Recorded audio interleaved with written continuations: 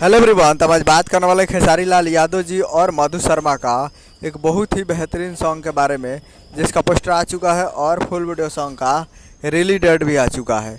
और इस गाने को लिखे हैं कृष्णा बदौती जी और इस गाने को गाए हैं खेसारी लाल यादव जी, करिश्मा कक्कड़ जी और खुशी कक्कड़ जी। तीन मिलकर इस गाने को गाए हैं, जो कि दो फीमेल सिंगर है और एक खेसारी लाल यादव जी से को गाए हैं।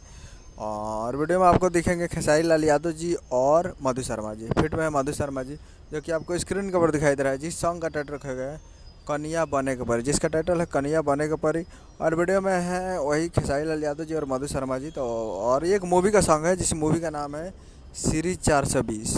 और इस मूवी काफ़ी बेहतरीन सॉन्ग है, आप टाइटल से समझ सकते हैं। और ये फुल वीडियो सॉन्ग को रिलीज़ किया जा रहा है। फुल वीडियो सॉन्ग रिलीज 11 जनवरी 2026 को सुबह 6:30 AM पे फुल वीडियो सॉन्ग को रिलीज़ किया जा रहा है। तो आप लोग तैयार रहिएगा।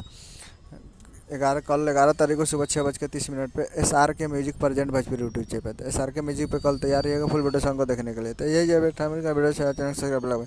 तो कैसे कैसे ले ले मिलता है अगले वीडियो में, तब तक के लिए जय हिंद जय भोजपुरी।